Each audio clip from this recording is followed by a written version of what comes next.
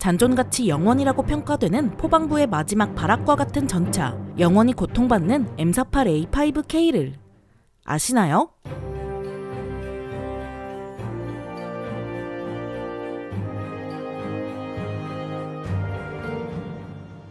안녕하세요. 지식스토리입니다. 이번에는 북한의 남침을 저항하고자 70년도 더 된 할아버지 전차를 화력 덕후 포방부 스타일로 마개조하고 지속적으로 노인학대를 당한 M48A5K에 대해 알아보겠습니다. 우리나라는 과거부터 깊은 트라우마가 있었습니다. 바로 전차에 대한 트라우마죠. 1950년 6월 25일 새벽 4시 발발한 6.25 전쟁에서 북한군은 잘 닦인 경부고속도로를 타고 내려오는 것 마냥 남쪽으로 신나게 내달렸습니다. 바로 우리나라가 전차가 없었기 때문인데요. 강력한 철로 뒤덮여 총탄 정도는 이쑤시개 마냥 가소롭다고 생각하는 북한의 전차를 우리 국군이 막아내기 매우 버거웠습니다. 그래도 다행히 전쟁 중 미군의 많은 대전차 무기 지원과 전차 지원 덕분에 이런 북한의 전차들에 대응할 수 있게 되었고, 북한이 원하는 적화 통일은 저지했습니다. 이후 우리나라는 전차를 파괴하는 화력이라는 존재에 광적으로 집착하기 시작하면서 국방부는 포방부로 거듭났죠. 전차를 파괴하는 무기는 수없이 많지만 가장 대표적인 대전차 무기는 바로 전차입니다. 국방부는 처음부터 이 전차에 광적으로 집착하기 시작했습니다. 6.25 전쟁이 끝나고 나서 미군은 우리나라에 M4 셔먼을 비롯해 M26 퍼신과 같은 2차 대전의 주역들과 M46 패튼과 같은 2차 대전 후 개발된 전차들을 공여해 주었습니다. 전차에 매일 두들겨 맞으면서 전차 하나 못 만져본 우리나라가 전차를 들여오게 되니 눈이 말 그대로 뒤집혔는데요. 심지어 M46 패튼의 뒤를 이어 개발된 M47 패튼까지 우리나라에 들어오니 포방부는 정신을 못 차렸습니다. 이젠 북한이 전차를 몰고 내려와도 길목마다 전차와 여러 대전차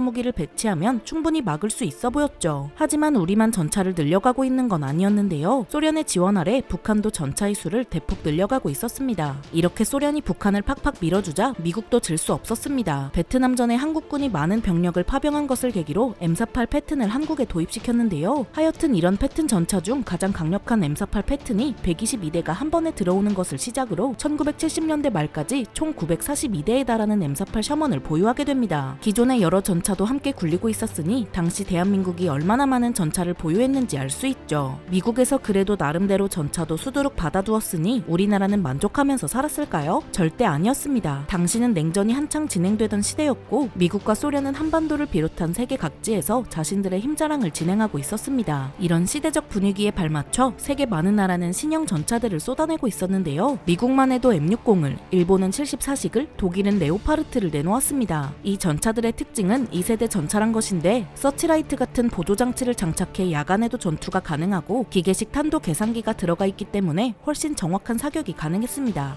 한마디로 기존의 1세대 전차와는 게임이 안 되는 전차였죠. 이런 전차들이 등장했는데 소련은 가만히 있었을까요? 소련도 T-60이라는 2세대 전차를 도입함과 동시에 더 강력한 T-64, T-70이라는 전차를 도입하거나 개발하는 중에 있었습니다. 게다가 설상가상으로 북한이 2세대 전차인 T-62를 1970년대에만 500대를 도입하고 이를 자체 생산할 수 있는 시설을 마련했는데요. 북한은 이 전차의 이름을 그 유명한 천마호라는 이름으로 뽑아냈죠. M48 패튼보다 더 좋은 전차가 북한에 줄지어 들어오고 거기서 죽치고 앉아 직접 생산까지 하겠다고 하니 미치고 펄쩍 뛸 수밖에 없었습니다. 직관적인 예시로 M48 패튼의 주포는 90mm에 불과하지만 T-62는 115mm나 되었죠. 물론 여러 점을 비교해보면 누가 얼마나 더 강력한지 직관적이진 않지만 확실한 건 소련제 최신 전차가 들어왔고 앞으로 더 많이 뽑아낼 것이란 것입니다. 그래서 우리나라 정부는 미국에게 새로 개발한 최신 전차 M60을 내놓고 그걸 생산할 수 있는 설비를 갖추게 해달라고 했는데요. 하지만 대답은 거절이었습니다. 미국이 안 준다고 해서 손 놓고 가만히 있을 수 없던 우리나라는 서독과 접촉하게 되는데요. 미국 무기 말곤 무기라고 생각도 못할 거라 생각했던 우리가 다른 시장을 눈돌려 보게 되니 미국이 신박한 제안을 하게 됩니다. K1이라는 3세대 전차 개발에 관한 기술 지원을 하겠다는 것이었죠. 그 사이 우리나라의 전력 공백이 발생할 테니 기존에 한가득 보유하고 있던 M48을 개량하는 사업을 도와주겠다고도 했습니다.